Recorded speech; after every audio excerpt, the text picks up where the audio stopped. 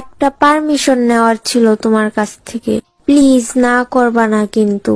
তুমি পারমিশন চাইছো আর আমি দেই নাই, এমন কি কোনোদিন হইছে? না, তা হয় নাই, তবে আমি পারমিশন চাইছি আর তুমি সরাসরি ওই পারমিশন দিয়ে দিছো, এমনও তো কোনোদিন হয় নাই। আরে সমস্যা নাই, এবার দিব।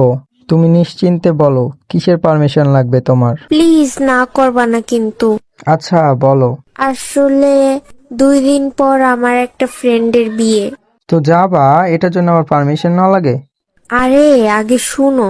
হ্যাঁ বলো। আমরা বাকি সব ফ্রেন্ডরা প্ল্যান করছি, আমরা সবাই মিলে একটা গ্রুপ ডান্স করব।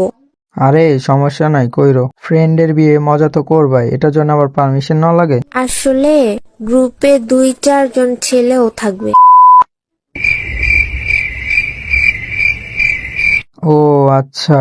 তুমি কিন্তু না করতে পারবা না। আরে আমি না করব কেন, কইরো, সমস্যা নাই। Thank you baby. আর বড় কথা হলো, আল্লাহ তো জাহান্নাম এমনি এমনি বানায় নাই, ওইখানে তো কারো না কারো যাওয়াই লাগবে। ওইখানে না হয় তুমি গেলা। সরাসরি বারণ করতে পারোস না, এত ঘুরাইয়া বলার কি আছে?